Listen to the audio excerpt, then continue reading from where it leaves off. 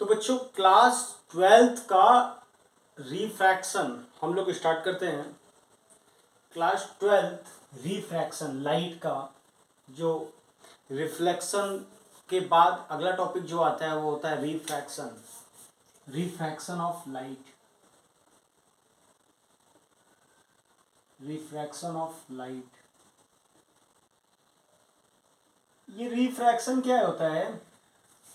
तो रिफ्रैक्शन को समझना है कि तो समझो कि जब कभी भी light when light travel from one medium to another,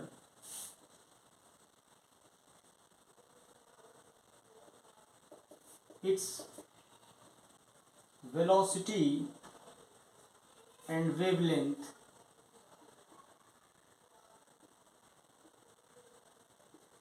changes. When light travel from one medium to another medium, its velocity and wavelength changes. जब भी लाइट एक मीडियम से दूसरे मीडियम में जाता है तो इसका वेवलेंथ बदल जाता है और इसका वेलोसिटी भी बदल जाता है। और जन बात करें तो एक बात और भी है इसमें, जब भी मीडियम में बदल जाता है तो क्या होता है, जनरली लाइट bends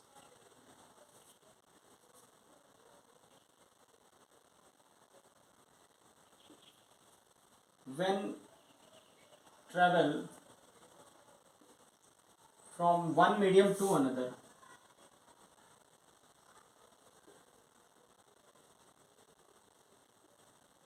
बोले तो जब कभी भी एक मीडियम से, मीडियम 1 है ऊपर, मीडियम 2 है, एक मीडियम से दूसरे मीडियम पर लाइट जब भी जाएगा, एक मीडियम से दूसरे मीडियम में लाइट रे जाएगा तो टेक्निकली इसको स्ट्रेट लाइन में चलना चाहिए, तो स्ट्रेट लाइन में नहीं चलता, ये अपने पाथ से बेंड हो जाता है। ये जो बेंडिंग होता है इस इंटरफेस पे, ऊपर का मीडियम जिसका रिफ्रैक्टिव इंडेक्स हम बोल दें μ1 है, नीचे का मीडियम जिसका रिफ्रैक्टिव इंडेक्स μ2 है, जब भी अलग अलग रिफ्रैक्टिव इंडेक्स के मीडियम में चलेगा लाइट रे तो उसका बेंड होना अपने नॉर्मल पाथ से थोड़ा सा बेंड हो जाएगा, या तो नॉर्मल के पास चला जाएगा या नॉर्मल से दूर चला जाएगा। ये जो बेंडिंग है ये इंटरफेस पे, इसी प्रोसेस को बोलते हैं refraction of light. When light travel from one medium to another medium, its velocity and wavelength changes. Generally, light bends when travel from one medium to another medium. This is called refraction of light.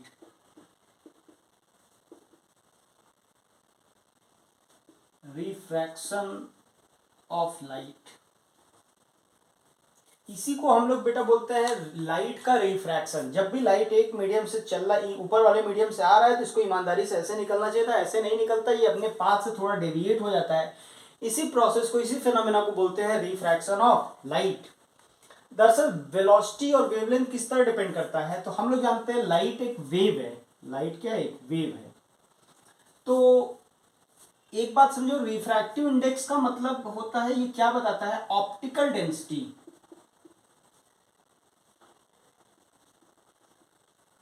जैसे हम लोग density का practical life में density का मतलब होता है मास per unit volume से, वैसे लाइट के लिए ऑप्टिकल डेंसिटी जो होता है वो म्यू से, रिफ्रैक्टिव इंडेक्स, जैसे हमारे लिए डेंसिटी मास पर यूनिट, ये क्वांटिटी जो है डेंसिटी वो बताता है कि कितना ज़्यादा हैवी है, कितना डेंस है, इसका इमेजिनेशन हम करते हैं। लाइट आपको खुद ही बताओ, जैसे आपको चलना हो, अगर पानी में चलना हो तो ज़्यादा कष्ट होगा, ज़्यादा आसानी से नहीं चल पाओगे। हवा में चलना है तो आसानी से हम लोग दौड़ रहे हैं। जितना ज़्यादा डेंस मीडियम होता उतना चलने में कष्ट होगा, उतना आसानी नहीं होगा। उसी प्रकार लाइट को भी जितना डेंस होगा मीडियम, उतना लाइट आसानी से नहीं चल पाएगा, यानी उसका स्पीड घटेगा। और डेंसिटी मेजर करने के लिए रिफ्रैक्टिव इंडेक्स होता है। उसी प्रकार है एकदम से जैसे हमारे लिए डेंसिटी का महत्व उसके लिए लाइट का है, रिफ्रैक्टिव इंडेक्स है। तो ज्यादा डेंसिटी में अगर हम नहीं चल पाते तो लाइट भी ज्यादा रिफ्रैक्टिव इंडेक्स मतलब ज्यादा density, higher refractive index means higher optical density. Higher optical density मतलब वेलोसिटी कम होना, ठीक है ना। तो वेलोसिटी जो बोला गया, velocity of light, velocity of light, इसका फॉर्मूला दिया गया velocity of light in vacuum upon refractive index of medium. जिस मीडियम में बता रहे हो उस मीडियम का रिफ्रैक्टिव इंडेक्स, ठीक है ना। वैक्यूम में वेलोसिटी जो लाइट का होता है, speed of light in vacuum is 3 × 10⁸ metre प्रति सेकेंड। ये याद रखने वाली बात है, ठीक है ना। और बातें याद रखो कि refractive index of vacuum is 1। Vacuum का रिफ्रैक्टिव इंडेक्स 1 होगा, यानी सबसे लाइटर ऑप्टिकल डेंसिटी, सबसे कम ऑप्टिकल डेंसिटी कितना हो सकता है, 1। रिफ्रैक्टिव इंडेक्स की सबसे मिनिमम वैल्यू कितनी हो सकती है, 1। वैक्यूम ही है, उसके बाद कोई भी मीडियम होगा उसमें पार्टिकल होगा, पार्टिकल होगा तो डेंसिटी ज्यादा होगा, स्वाभाविक सी बात है। ज्यादा डेंसिटी मतलब ज्यादा स्पीड को ट्रैवल करने में कष्ट, ज्यादा कष्ट तो कम स्पीड हो जाएगा। और किसी मीडियम का रिफ्रैक्टिव इंडेक्स दिया है तो उस मीडियम में वेलोसिटी हम बता सकते हैं, यानी ऊपर वाले मीडियम में, इस वाले मीडियम में वेलोसिटी कितना हो जाएगा, c by velocity v2, v2 की वैल्यू हो जाएगा c बाई μ2। इस वाले मीडियम में वेलोसिटी कितना हो जाएगा, v1, c बाई μ1, ठीक है ना। तो ये छोटी छोटी बातें थी जो हम लोग रिफ्रैक्शन में करना था।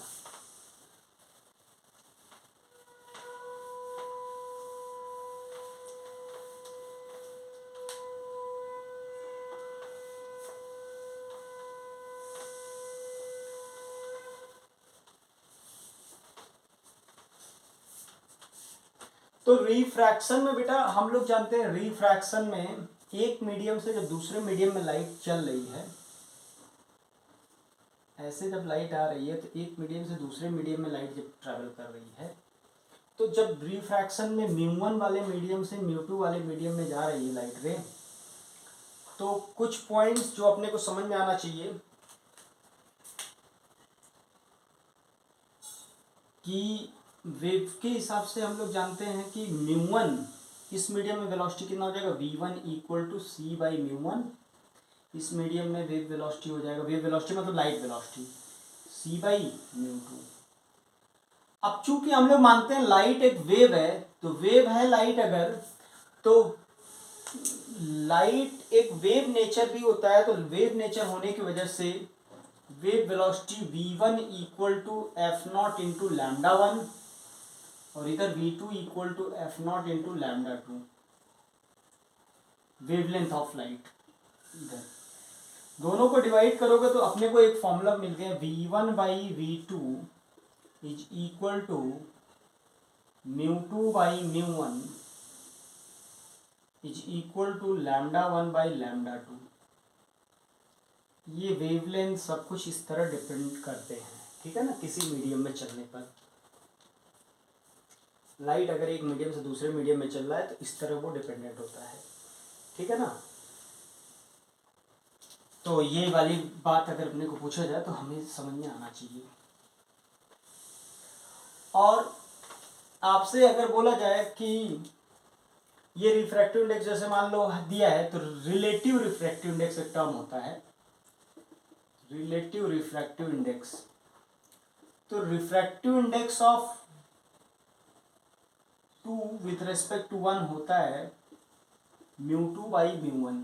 इसका मतलब है refractive index of 2 with respect to 1, medium 1। ठीक है ना। जैसे कि आपको म्यू ऑफ एयर ये 1 ले लिया जाता है, म्यू ऑफ वाटर 4/3 है, म्यू ऑफ ग्लास 3/2 है। आप मतलब दिया रहेगा, आपको याद करने की जरूरत नहीं है, मैं बता रहा हूँ। जैसे मान लो आपसे पूछ लिया जाए, क्वेश्चन पूछ लिया जाए, फाइंड म्यू डब्ल्यू जी। इसका मतलब क्या हुआ, डब्ल्यू जी मतलब देखो इसमें याद रखो रिलेटिव रिफ्रैक्टिव इंडेक्स। इसका मतलब क्या, 1 2 का मतलब refractive index of 2 with respect to 1। इसका मतलब refractive index of glass with respect to water. तो mu glass upon mu water, mu glass कितना होता है 3/2, म्यू वाटर कितना है 4/3। तो ये देखो तो 9/8 आ जाएगा। ऐसे क्वेश्चन अगर आपसे पूछे जाते हैं रिलेटिव रिफ्रैक्टिव इंडेक्स के, तो ये बहुत एलिमेंट्री टाइप के हैं, ये आप बता सकते हो। ठीक है ना।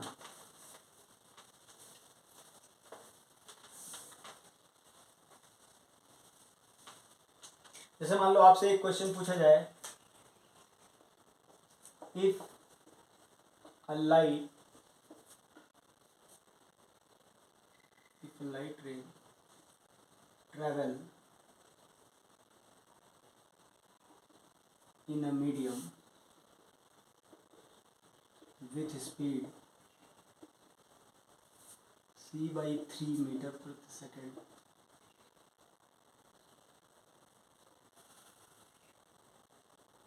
with speed c/3 meter per second and wavelength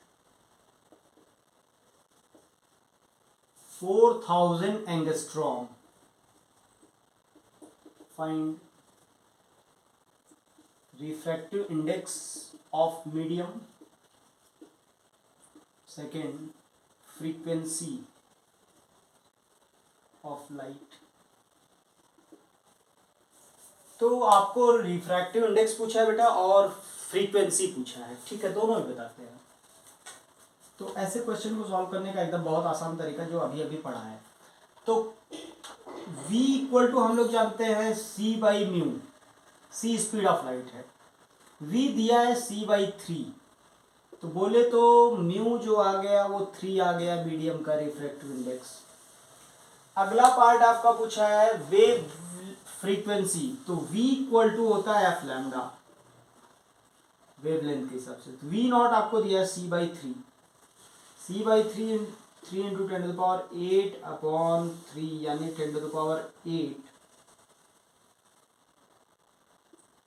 is equal to F not into lambda दिया है 4000 एंगस्ट्रॉम।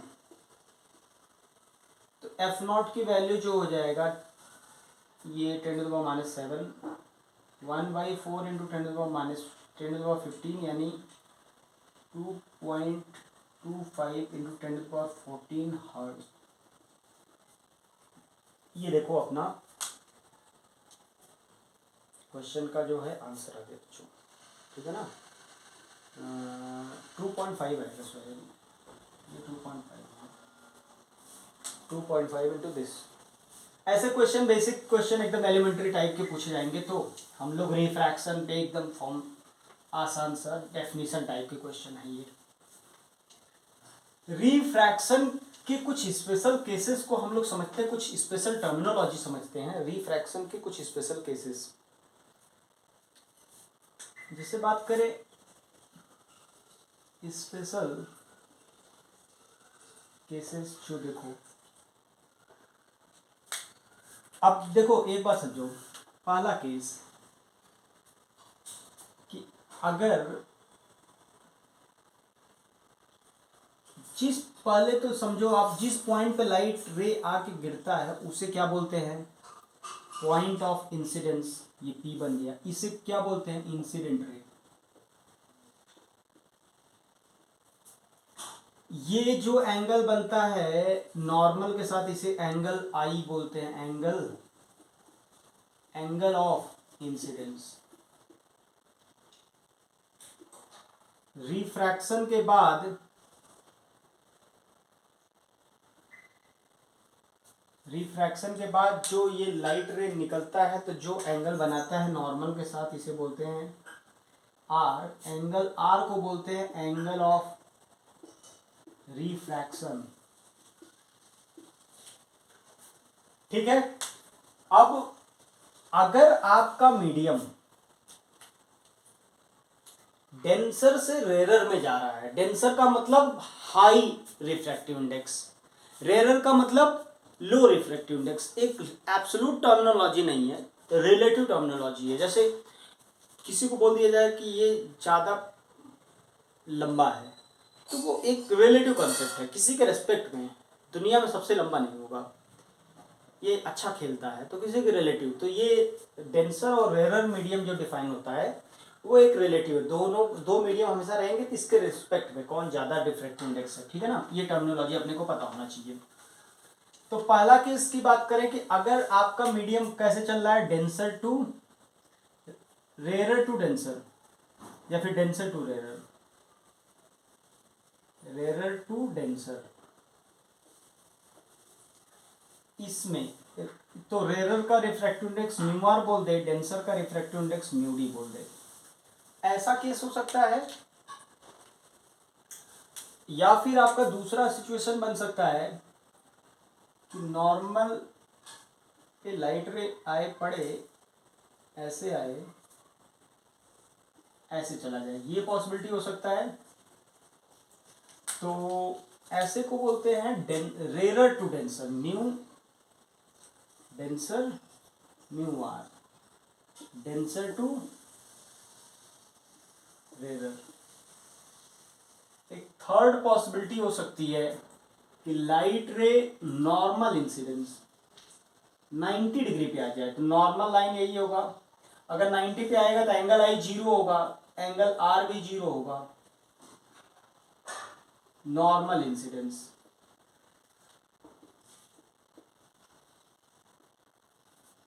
अगर ऐसा सिचुएशन होगा तो लाइट डेविएट नहीं होगा, डेविएशन नहीं हुआ, नो डेविएशन। इसीलिए हमने लिखवाया था डेफिनेशन में कि generally light bends from its path, हमेशा नहीं बेंड करता। एक केस है जिस केस में अगर 90 डिग्री पे आ रहा है तो चाहे वो, ये इस बात पे डिपेंड करेगा कि डेंसर है कि रेरर है, कुछ भी हो सकता है, म्यू वन म्यू टू कुछ भी हो, कोई भी फर्क नहीं पड़ता। अब अगर देखो, आप लोग ध्यान से देखो तो ये एंगल आई है, ये एंगल आर है। आप बात करो तो इस केस में देखो, light bends towards the normal, towards the normal. इधर क्या हुआ, light bends away from the normal. यहां पे लाइट नॉर्मल से दूर चला गया और यहां पे लाइट नॉर्मल के पास आ गया। अगर एक केस में दूर जा रहा है, एक केस में पास आ रहा है, तो आपको मैं बोलूं कि कितना दूर गए कितना पास आया ये बताना हो तो ये देखो, ये दरअसल इसको ऐसे जाना था, तो ऐसे ये एंगल है जो पास आया डेल्टा, इसमें ये इस टेक्निकली इसको ऐसे जाना चाहिए था, इससे कितना डेविएट हुआ डेल्टा, ये डेल्टा बोलते हैं angle of deviation, angle of deviation. यहां पे डेल्टा कितना है, यहां पे डेल्टा देखो है आई माइनस आर, यहां पे डेल्टा कितना होगा, सॉरी ये पूरा आर है ना, आर माइनस आई, ये डेल्टा। अब ये आपको कैसे लगेगा कि सर कौन सा फॉर्मूला, एक में आर माइनस आई, एक में आई माइनस आर, तो आपके हिसाब से जो ज्यादा हो ज्यादा में से कम सब्ट्रैक्ट कर लिया करो। ठीक है, तो ये कुछ स्पेशल केसेस रहे हैं नॉर्मल इंसिडेंस के।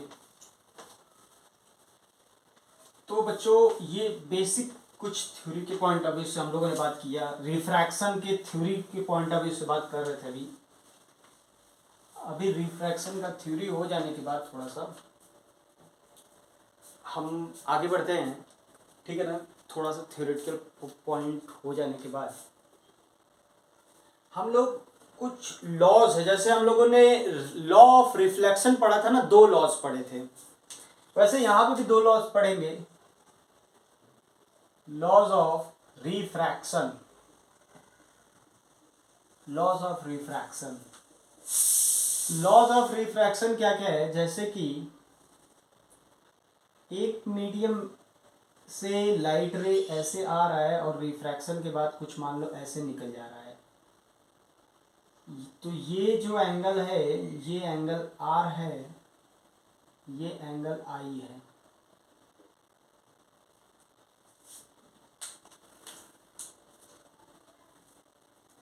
लॉज ऑफ रिफ्रैक्शन क्या कहता है कि आपका लाइट रे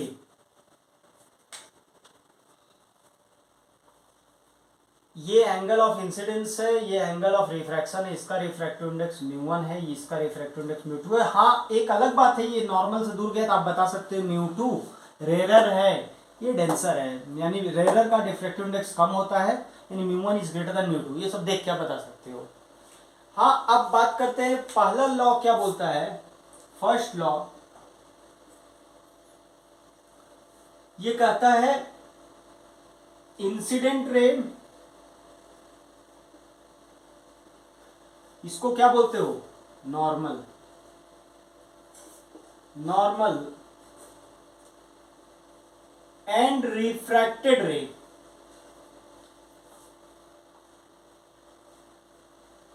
are lie in same plane. Same plane में बोलने का मतलब यह हुआ कि जैसे कि हम बात करें कि एक आसान से भाषा में कि जैसे ये एक रेस है बच्चों, लाइट रे अगर ऐसे आ रहा है, इस ये मीडियम मान लो है, ठीक है ना, ये बाउंड्री है इंटरफेस, इसके नीचे अलग मीडियम ऊपर अलग, लाइट ऐसे आया तो ये नॉर्मल बना, तो ये नॉर्मल बना, तो ये मान लो लाइट रे आया एक मीडियम में, ये नॉर्मल बन गया रेड कलर का, और लाइट ये आया ब्लैक कलर का, तो ये रिफ्रैक्टेड रे जो होगा वो इसी प्लेन में, ये दोनों को कनेक्ट करने वाला एक प्लेन बना, तो इसी प्लेन में रिफ्रैक्टेड रे होगा, ऐसे जैसे भी हो ऐसे होगा। ऐसा नहीं होगा रिफ्रैक्टेड रे देखो ऐसे चला जाए, मतलब आप ऐसे देखोगे तो आपको तीनों एक ही लाइन एक ही प्लेन में दिखाई देगा। ऐसा नहीं होगा कि इंसिडेंट रे आपका इस तरह आया नॉर्मल को कंटेन करने वाले प्लेन और रिफ्रैक्टेड रे ऐसे निकल जाए, ऐसा नहीं हो सकता।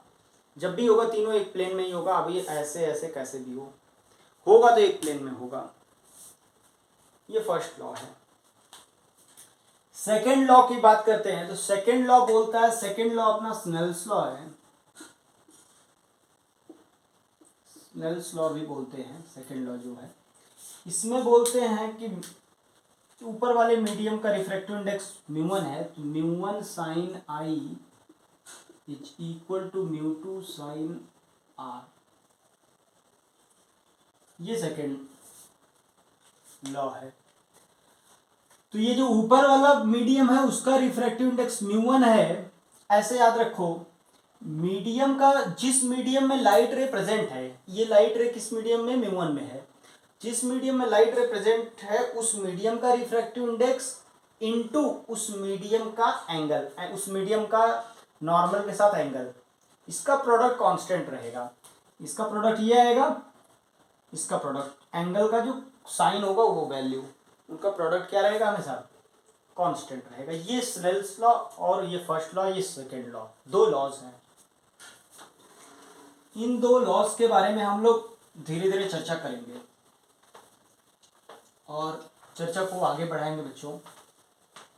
ये 2 बेसिक लॉज हैं जिस पे हम लोग को आगे बढ़ना है।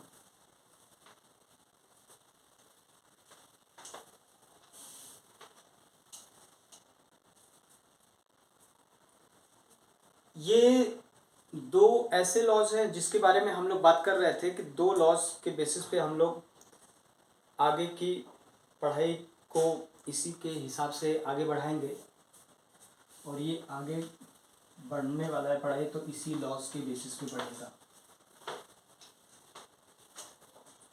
ठीक है,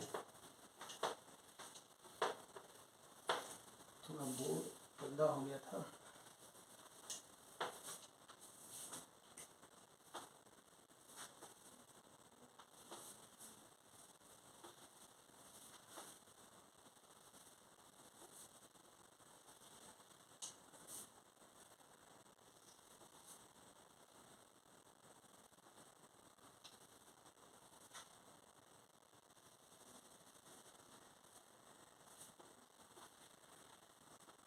अगला बात करते हैं बेटा कि ये जो स्नेल्स लॉ है ना, स्नेल्स लॉ का थोड़ा प्रूफ देख लेते हैं। स्नेल्स लॉ का प्रूफ,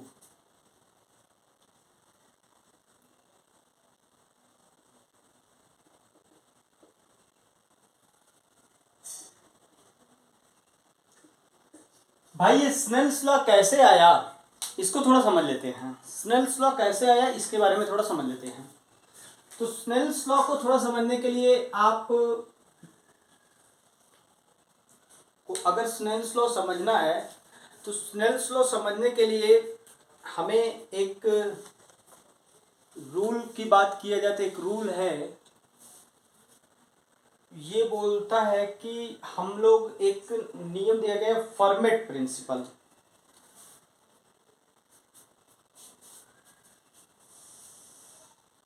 जैसे मान लो हमें इस ऊपर वाला मीडियम बेटा 1, नीचे वाला मीडियम मान लो 2 है, और लाइट को मान लो आना है एक पॉइंट ए से यहाँ पे नीचे वाले मीडियम में एक पॉइंट बी है। ठीक है ना, मान लो यहाँ पे एक पॉइंट बी है। बोला जा रहा है कि लाइट यहाँ से चला और लाइट को यहाँ पे पहुँचना है बी तक। तो वो कैसे आएगा? उसके आने के तो अनंत रास्ते, एक डायरेक्ट आ सकता है, ऐसे आके फिर ऐसे जाए, फिर ऐसे जाके फिर ऐसे जाए, इनफाइनाइट पाथ है। इस इनफाइनाइट पाथ में से एक पॉइंट से दूसरे पॉइंट पे जाने के तो अनंत रास्ते हैं। इनफाइनाइट पाथ में से कौन सा पाथ लाइट फॉलो करेगा? तो एक scientist Fermat principal,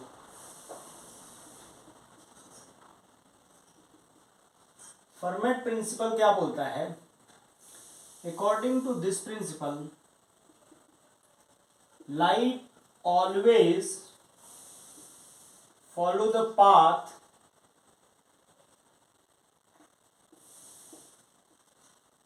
along which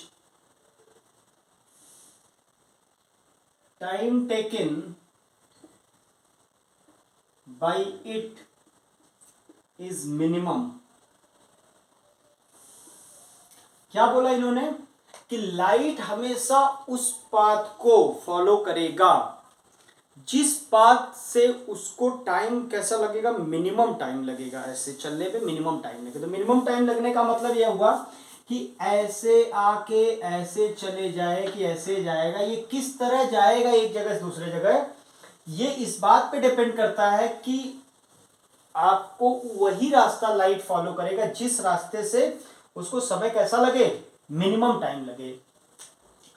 तो चलो इसको ड्राइव कर लेते हैं। मान लो एक परपेंडिकुलर कंस्ट्रक्शन देख लो, थोड़ा कर लेते हैं। परपेंडिकुलर ड्रॉप किया, मान लो ये सी पॉइंट पे आया और इस पे एक परपेंडिकुलर ड्रॉप किया, मान लो ये पॉइंट डी बोला।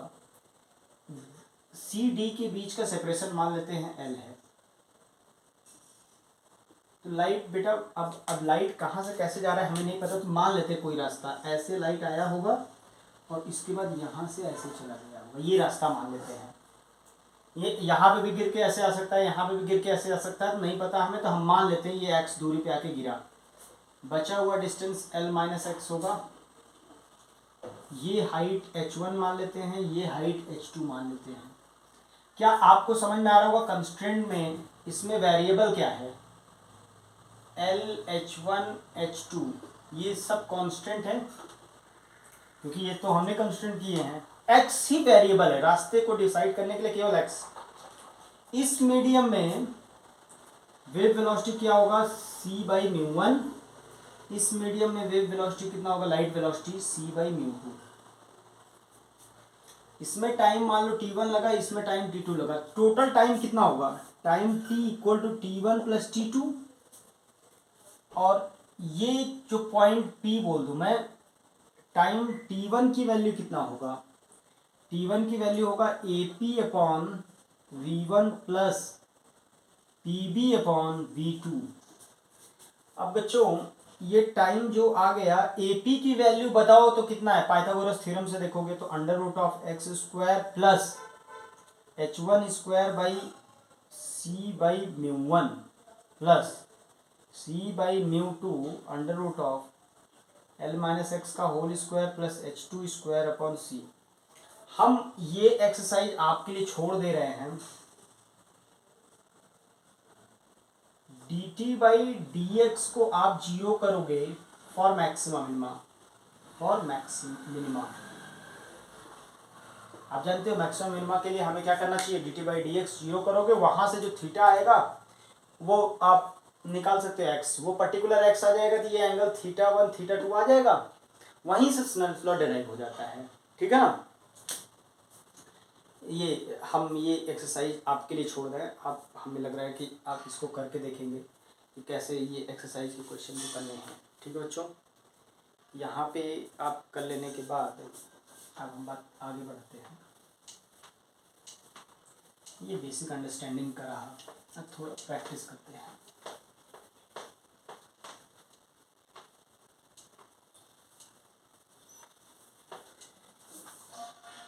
प्रैक्टिस भी करना है अपने को खूब, क्वेश्चन बेसिकली सॉल्व होने चाहिए। एग्जाम्पल नंबर 1, बहुत एलिमेंट्री क्वेश्चन। डेल्टा आप जान ही गए हो, डेल्टा क्या होता है, डेल्टा क्या होता है I माइनस आर और एंगल ऑफ रिफ्रैक्शन, ये सारे टर्म्स तो अपने को पता ही चल गए हैं, एंगल ऑफ रिफ्रैक्शन और डेल्टा। तो पहला क्वेश्चन जैसे मान लो आपको दिया जा रहा है ये कि लाइट रे ऐसे आ रहा है मीडियम वन म्यू, नीचे का मीडियम है 4/3, ऊपर का refractive index angle of incidence 53 degree. ठीक है ना, आपसे पूछ रहा है फाइंड, पहला पार्ट एंगल ऑफ डेविएशन, दूसरा part angle of refraction. Angle of refraction बताओ और एंगल ऑफ डेविएशन बताओ, दो पार्ट बच्चों आपसे पूछ रहा है, angle of refraction and angle of deviation. तो ये एंगल ऑफ रिफ्रैक्शन कितना होगा और एंगल ऑफ डेविएशन कितना होगा, ये दोनों बात करनी है अपने को। ये दोनों बातें जो हैं, चलो करते हैं, स्नेल्स लॉ यूज करते हैं, इस स्नेल्स लॉ का ही प्रैक्टिस है। तो ये समझ में आ रहा होगा, ये डेंसर, रेयर से डेंसर आ रहा है तो नॉर्मल के पास आएगा, ये एंगल आर मान लो। तो इसमें क्या होगा, स्नेल्स लॉ के हिसाब से, स्नेल्स लॉ से यूज कर रहे तो क्या बनेगा, तो μ1 साइन 53 4/5 इज इक्वल टू μ2 मतलब 4/3 साइन आर। साइन आर की वैल्यू 3/5, तो आर की वैल्यू हो गया 37 डिग्री। ये पहले दूसरे पार्ट का बाई चांस आंसर आ गया। डेल्टा जो होगा, अगर ये 37 डिग्री है, आपको ये पता है कि ये 37, ये 53, तो डेल्टा जो हो जाएगा 53 डिग्री माइनस 37 डिग्री, ये आंसर आ गया डेल्टा। ठीक है ना, ये क्वेश्चन हो जाएगा फर्स्ट क्वेश्चन।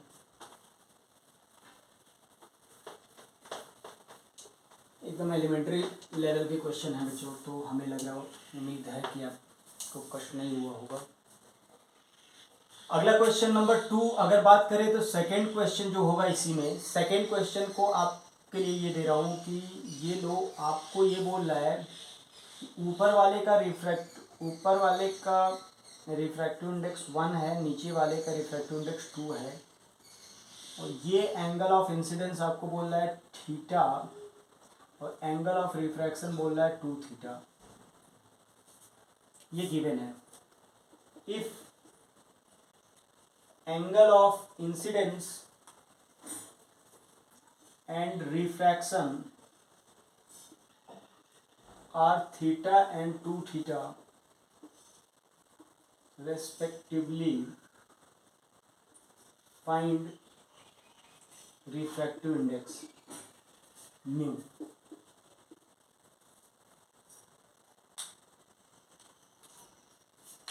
तो यानी ये थीटा टू थीटा दिया है, आपको ये म्यू बताया है, पूछा है, ये बताओ क्या होगा। तो ठीक है, स्नेल्स लॉ यूज करो। तो 1 sine theta is equal to mu sine 2 theta. तो 1 साइन थीटा की वैल्यू इसको लिख सकते हो बेटा 2 mu sine theta cos theta is equal to sine theta. ये साइन थीटा से ये साइन थीटा कट जाएगा, तो mu is equal to 1/2 cos theta. ये आंसर हो गया, यही आपसे पूछ रहा था। ठीक है, ये मुझे लग रहा है कि ऐसे एलिमेंट्री टाइप के क्वेश्चन एकदम बेसिक आप सभी को आ रहा होगा।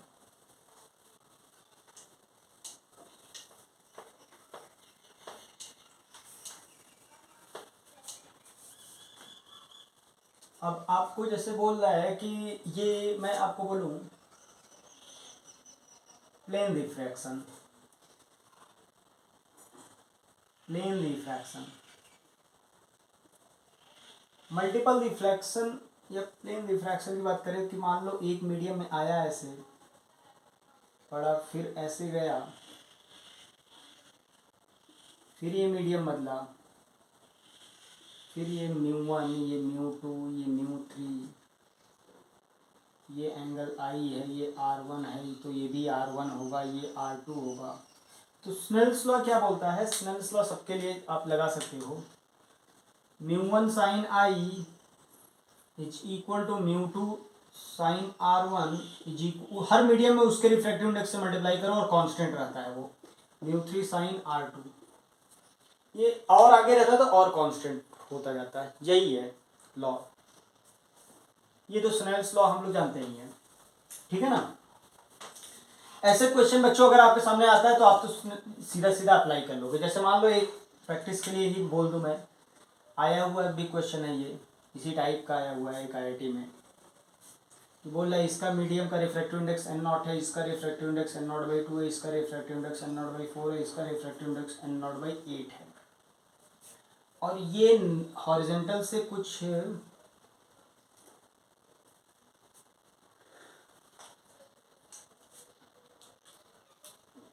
थीटा एंगल पे आ रहा है। ये गिवन है, गिवन दैट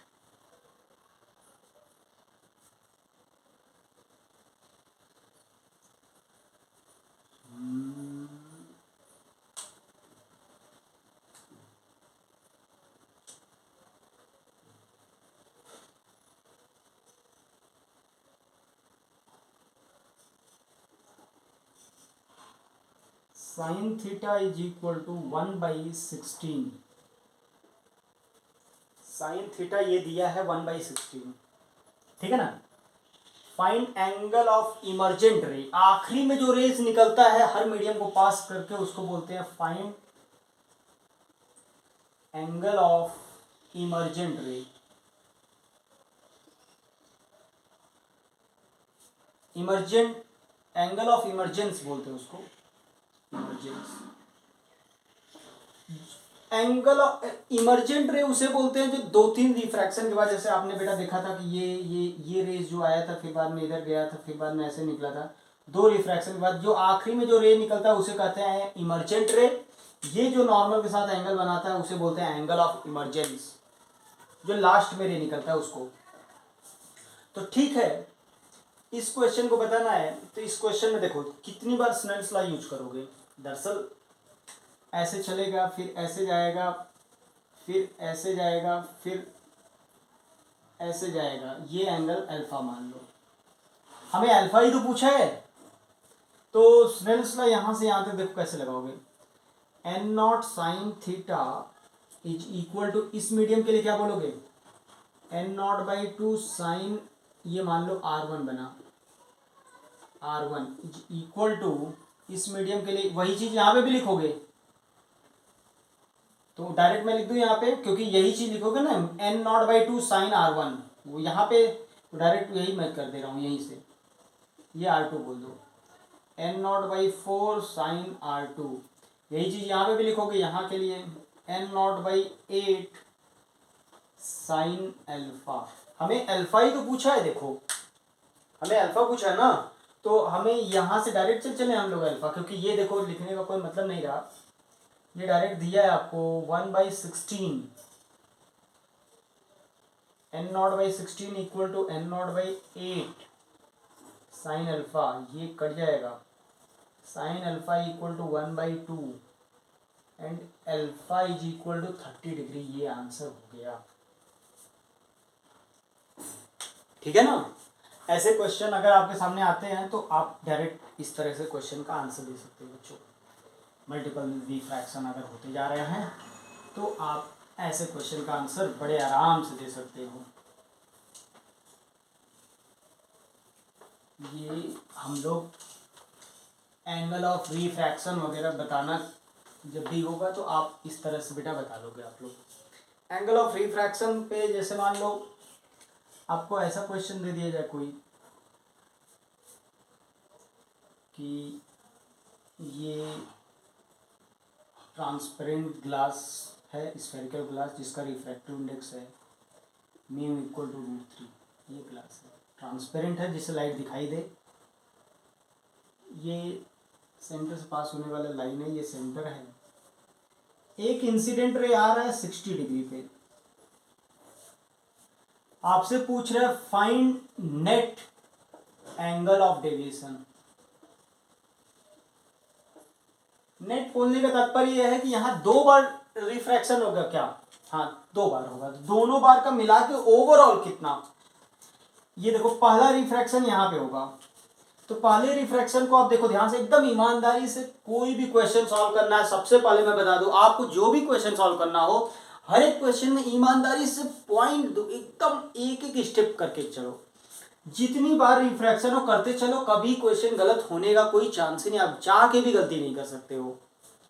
देखो पहली बात हम बेसिक से चले, इस जगह पे रिफ्रैक्शन होना है बिल्कुल सही, इस पॉइंट ए पे रिफ्रैक्शन, मतलब पॉइंट ए के लिए स्नेल्स लॉ लिखना पड़ेगा, जहां भी रिफ्रैक्शन हो स्नेल्स लॉ लिखो। तो रेयर से डेंसर जा रहा है, रिफ्रैक्टिव इंडेक्स 1 है इसका, एयर एयर से ग्लास डेंसर, तो डेंसर में नॉर्मल के पास जाएगा, तो नॉर्मल के पास गया, तो ये एंगल आर होगा। तो पहले यहां स्नेल्स लॉ यूज करो, √3/2 इंटू 1, रिफ्रैक्टिव इंडेक्स 1 साइन 60, इस मीडियम का refractive index √3 sine R, R की वैल्यू क्या 30 डिग्री आ गया, बिल्कुल सही। अगर ये 30 डिग्री आ रहा है, अब ये पॉइंट बी पे पहुंचा, तो बी पे फिर से अब ग्लास के बाहर निकलेगा, डेंसर से रेयर जाएगा, तो नॉर्मल से दूर जाएगा।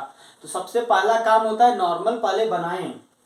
नॉर्मल आपको पता है स्फेरिकल सरफेस में नॉर्मल बनाना सबसे आसान, स्फेरिकल सरफेस में ये पॉइंट ऑफ इंसिडेंस बोला जाएगा इसके लिए, इस जगह के लिए, इस रिफ्रैक्शन के लिए इंसिडेंट रे ये कहलाएगा, यहाँ पे रिफ्रैक्शन जो होगा उसके लिए ये इंसिडेंट रे कहलाएगा। सेंटर से पास होने वाला लाइन जो होता है वो नॉर्मल ही कहलाता है, ये नॉर्मल बन गया। अब नॉर्मल से आप बोल रहे हो नॉर्मल से दूर जाएगा, ठीक है, तो यहाँ पे पॉइंट बी के लिए आप रिफ्रैक्शन फिर से यूज कर लोगे। अगर ये आर है तो आपको पता है कि ये वैल्यू, ये आइसोसेलेस ट्रायंगल, क्योंकि ये रेडियस है ये भी रेडियस होगा, तो ये एंगल आर है तो ये भी आर ही होगा। तो यहाँ पे angle E, angle of emergence, इसको क्या बोलते हो, एंगल ऑफ इमरजेंस, इसको बोलते हो इमरजेंट रे, ठीक है ना, जो आखिरी में निकले रे उसको इमरजेंट रे। ई निकालना है तो बी पॉइंट के लिए स्नेल्स लॉ यूज करो, स्नेल्स लॉ √3 इंटू 1 साइन 30 की value 1/2 is equal to sine E, E की वैल्यू हो गया 60 डिग्री, ठीक है। अगर ये 60 डिग्री है तो बेटा देखो दरअसल ये कितना हुआ, ये 30, ये आर है तो ये 30 डिग्री नॉर्मल के साथ बन ही रहा था, तो ये डेविएशन इस तरह Δ2 डेविएशन जो आया 30 डिग्री आया क्या, और यहाँ पे देखो दरअसल ये Δ1 जो आया ये 60, ये 30 डिग्री आया, क्या Δ1 Δ2 दोनों ये क्लॉकवाइज ये भी क्लॉकवाइज, तो दोनों सेम सेंस में है तो जुड़ जाएंगे, तो जोड़ लें, तो डेल्टा नेट जो होगा वो Δ1 प्लस Δ2 हो जाएगा, जो कि 30 डिग्री प्लस 30 डिग्री जो कि 60 डिग्री आएगा, क्लॉकवाइज सेंस में आंसर हो जाएगा। 360 में से घटा दोगे तो 240, आप 300 डिग्री एंटी क्लॉकवाइज भी आंसर बोल सकते हो। ये पूरा क्वेश्चन हो गया, ठीक है ना। ऐसे कोई भी क्वेश्चन को मुझे लग रहा है आपके पास रिफ्रैक्शन का आएगा, रिफ्रैक्शन से रिलेटेड क्वेश्चन मिलेंगे, तो आप रिफ्रैक्शन से रिलेटेड क्वेश्चन को बड़े आराम से सॉल्व कर सकते हो बच्चों, ठीक है ना।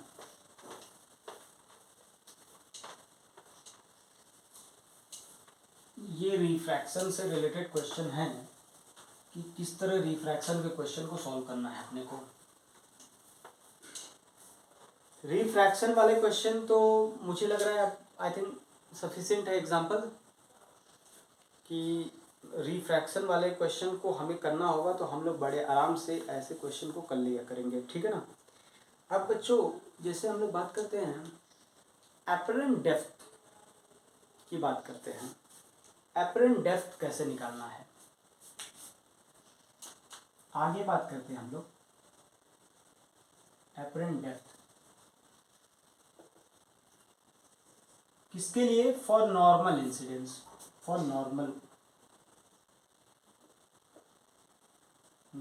इंसिडेंस, मतलब देखने का तरीका हमारे साथ 90 डिग्री पे होगा। पानी जैसे ऐसे देखने का तरीका यह है कि आप कैसे भी देख सकते हो, ठीक है ना।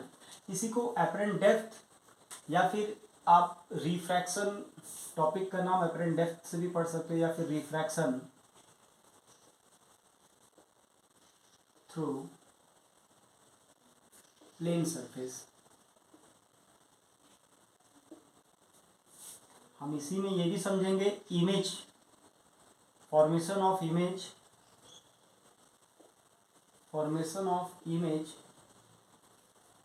Through plane refraction.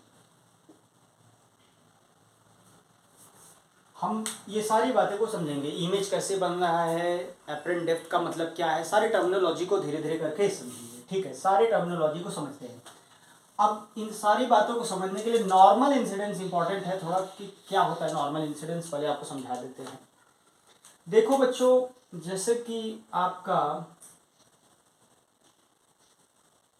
ये कंटेनर है, मान लो इसमें कुछ पानी मान लो ऐसे भरा है,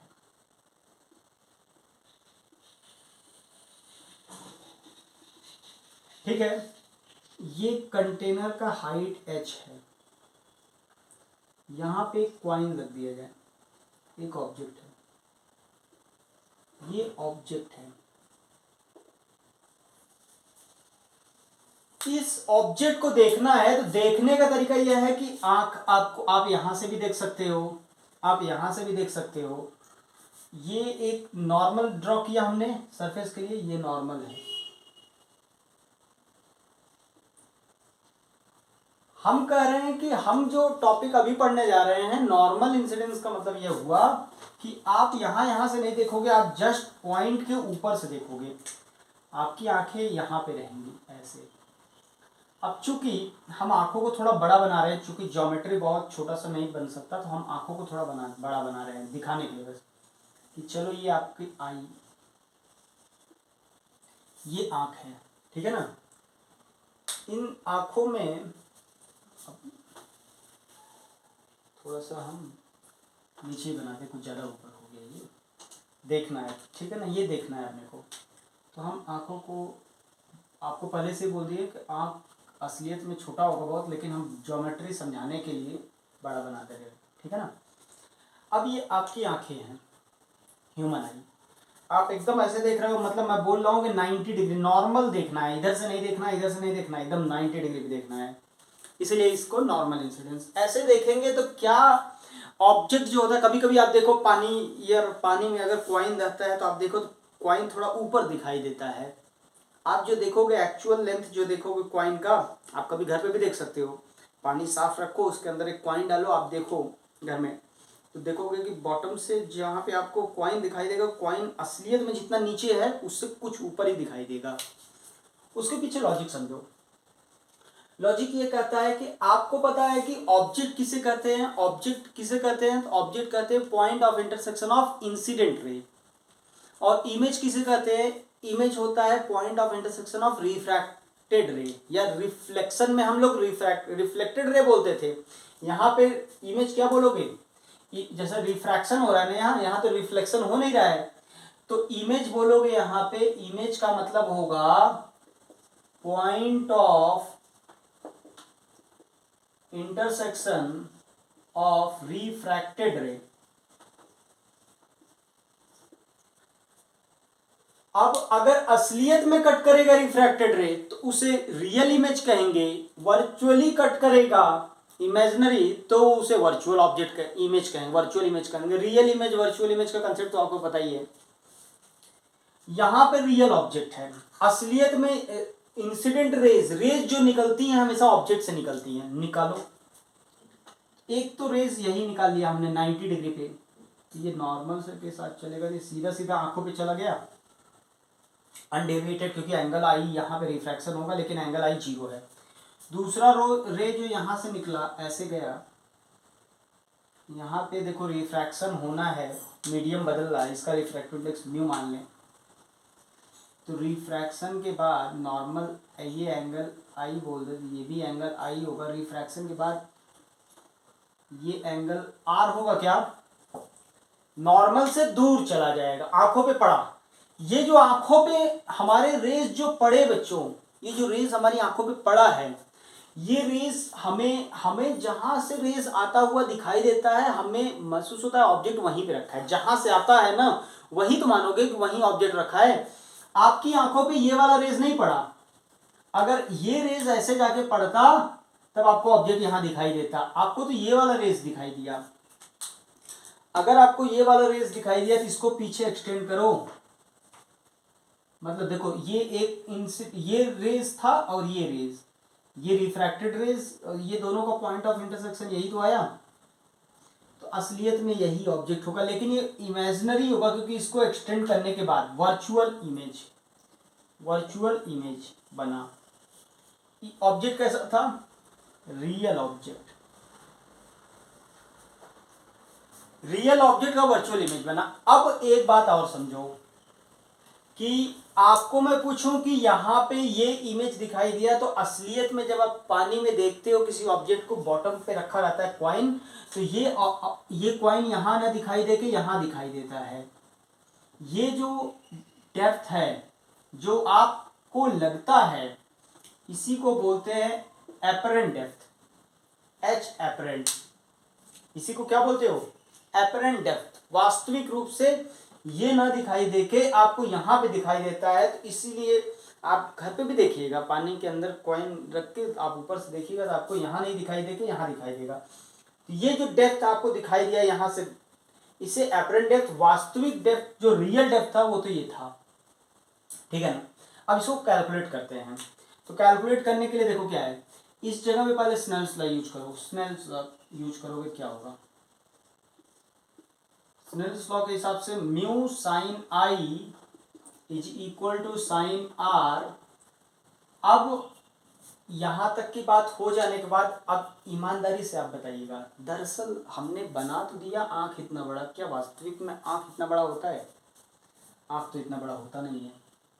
प्रैक्टिकल बात करोगे तो प्रैक्टिकली हम थोड़ा सा यहाँ पे बनाना दिखा देते हैं, असलियत में कैसा होगा सीन। ये रेज जो हम आपको डायग्राम दिख जाए इसलिए ऐसा बनाए, असलियत में तो ये होगा कि कंटेनर इतना बड़ा होगा और यहाँ पे कॉइन रखा होगा अगर, तो ये आंखें जो होंगी, आंख इतना ही बड़ा होगा ना यार, ऐसे ही तो होगा आंख।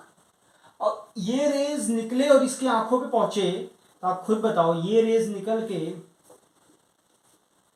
तो ये रेज अगर ऐसे कोई रेज निकलेगा तो पक्की बात है कि ये पहुंचने के बाद और दूर चाहिए, इसकी आंखों पे तो नहीं पड़ेगा, इसकी आंखों पे वही रेज पहुंचेगा जो एकदम नॉर्मल के पास से होके जाएगा, एकदम नॉर्मल के पास, थोड़ा सा रिफ्रैक्शन होने के बाद भी पहुंच जाए एकदम नॉर्मल। मतलब ये एंगल जो एकदम नॉर्मल से सटा हुआ जो रेज निकलेगा वही तो उसकी आंखों पे पड़ेगा, क्योंकि नॉर्मल से थोड़ा सा दूर चला जाएगा रेज तो वो तो आंखों पे नहीं निकलेगा, आंखों से दूर चला जाएगा, आंख तो बहुत छोटा होता है।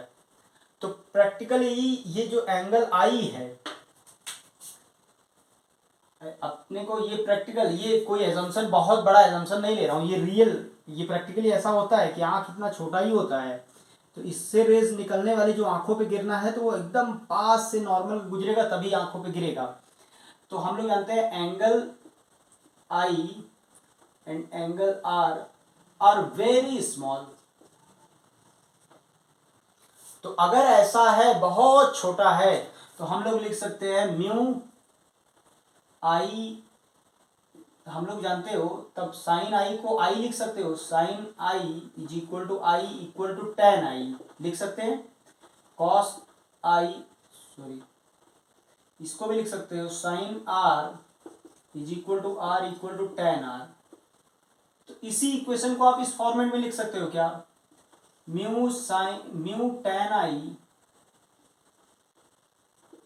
इक्वल टू टेन आर,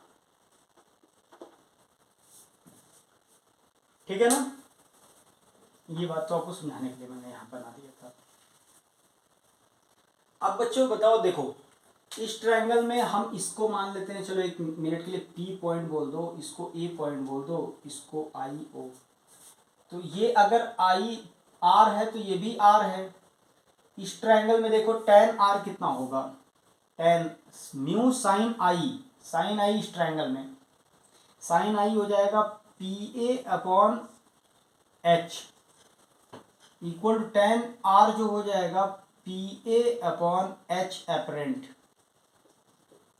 तो एच एपरेंट का फॉर्मूला जो बन गया वो बन गया कितना, एच अपॉन म्यू।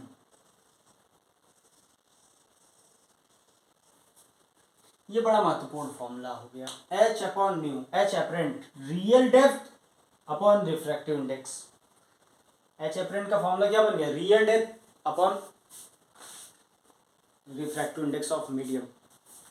ये फॉर्मूला वैलिड है for paraxial rays, this is valid for paraxial rays. ये पैराक्सियल रेज के लिए ही वैलिड है, ठीक है ना। ये डेरिवेशन रहा अपना पूरा। एच एपरेंट अगर कैलकुलेट करना हो तो हम लोग इस तरह से बच्चों कैलकुलेट कर सकते हैं, इसमें कोई कष्ट नहीं है। इस फॉर्मूले में अब बार बार इतना डायग्राम बनाने की जरूरत नहीं पड़ेगी, आपको फॉर्मूला याद भी रखना चाहिए। अब इस फॉर्मूले को कैसे अप्लाई करना है, याद कैसे करना है, ये हम आपको समझा देते हैं। देखो कि जब भी ऑब्जेक्ट जिस मीडियम में रखा रहेगा, ऑब्जेक्ट मान लो इस मीडियम में रखा गया है और इस मीडियम में, जिस मीडियम में ऑब्जेक्ट रखा गया उस मीडियम का रिफ्रैक्टिव इंडेक्स म्यू1 बोल दो। जिस मीडियम में ऑब्जर्वर है देखने वाला, ये ऑब्जर्वर, उस मीडियम को बोल दो म्यू2। तो एच एपरेंट, अगर ये रियल डेप्थ एच है और इमेज यहाँ पे उसको दिखाई दे रहा है, इमेज ये एपरेंट डेप्थ एच एपरेंट है, तो जो एच एपरेंट रेज देखो निकलेगी तो यहीं से ना, ऐसे ही तो रेज निकलेंगी और रिफ्रैक्शन के बाद यहां से ऐसे निकल जाएगा। इसको पीछे एक्सटेंड करोगे तो ये यहीं पे मिलेगा। तो ये एच एपरेंट बोल रहा है, ये पूरा एच। तो इस फॉर्मूले को देखो इस तरह लगाना है। ये बताओ ये रिफ्रैक्टेड रेज है, ये कौन सा रेज बोलोगे, इंसिडेंट रे। तो फॉर्मूला ऐसे याद रखो, देखो इस तरह याद रखना, कभी गलती होने का चांस ही नहीं रहेगा। H apparent is equal to H real upon refractive index of medium in which incident rays are present. Incident rays are present upon refracted rays, medium of refracted rays, या फिर मीडियम ऑफ इंसिडेंट, इतना लिखने की वजह हम बोल दें medium of incident ray, और न्यूमरेटर में रहेगा मीडियम ऑफ रिफ्रैक्टेड रे। याद रखिएगा आप लोग, ऐसे याद रखो, μ1 μ2 मत रटो। डिनोमिनेटर में कौन होगा, जिस मीडियम में इंसिडेंट रे हो, इंसिडेंट रे जहां से आता है वो ऑब्जेक्ट है, याद रखिएगा। जिस मीडियम में इंसिडेंट रे वास्तविक रूप से प्रेजेंट हो, जिस मीडियम में इंसिडेंट रेस प्रेजेंट हो, उससे डिनोमिनेटर में रखना है, ये कभी भूलना नहीं है। इस फॉर्मूले को अप्लाई करना। अब अगर ऐसे याद रखोगे तो कभी गलती होने का कोई चांस ही नहीं है, चाह के भी आप गलती नहीं कर सकते हो। तब पूरी ताकत लगा दोगे, गलती करना है मुझे, नहीं कर पाओगे आप। जैसे मान लो आपके लिए क्वेश्चन बोलूं, एक सिंपल क्वेश्चन आपके लिए बोल दूं, फाइंड एच एपरेंट। चलो पहला एग्जांपल, कई क्वेश्चन करते हैं।